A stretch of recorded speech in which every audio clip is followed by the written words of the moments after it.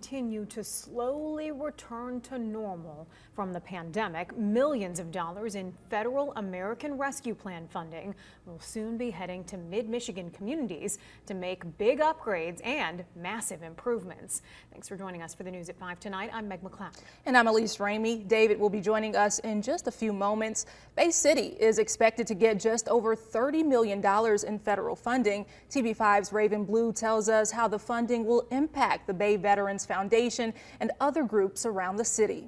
Bay Veterans Foundation will soon have a new home thanks to the Bay City Commission. Nearly $200,000 from the American Rescue Plan has been earmarked by the Commission for the organization to complete its Workshop Learning Center, which is wonderful news to Mike Jamrog, one of the nonprofit's board members. Basically put us really near the top to finishing the growth structure of the first phase, the workshop and the multi-purpose center, and for programming, our lounge area, and some of the other amenities. The nonprofit is one of several organizations throughout the city that will be receiving money to fund community projects. For the past few months, the commission has been considering various programs that could utilize the funding. After purchasing their building on North Madison Avenue, Bay Veterans Foundation began work turning it into a learning center. But unfortunately, finding funding over the last few years became an issue. COVID hit.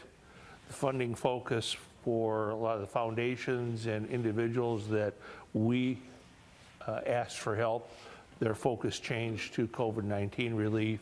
The floods in Sanford area, certainly the funds were needed for relief for those people. The foundation wants to not only assist and provide services to veterans and active duty military, but the group also wants to engage the community and local youth, teaching kids not only how to use tools and about STEM, but that there is a lot to being a veteran. It teaches the youth that there's more to a veteran than a G.I. Joe.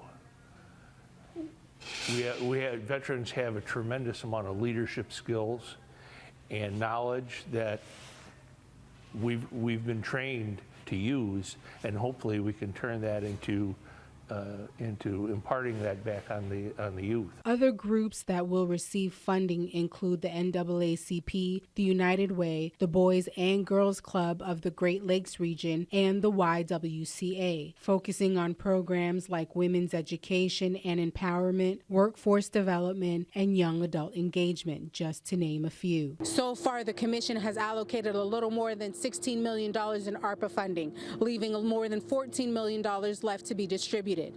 In Bay City, Raven Blue, WNEM TV5.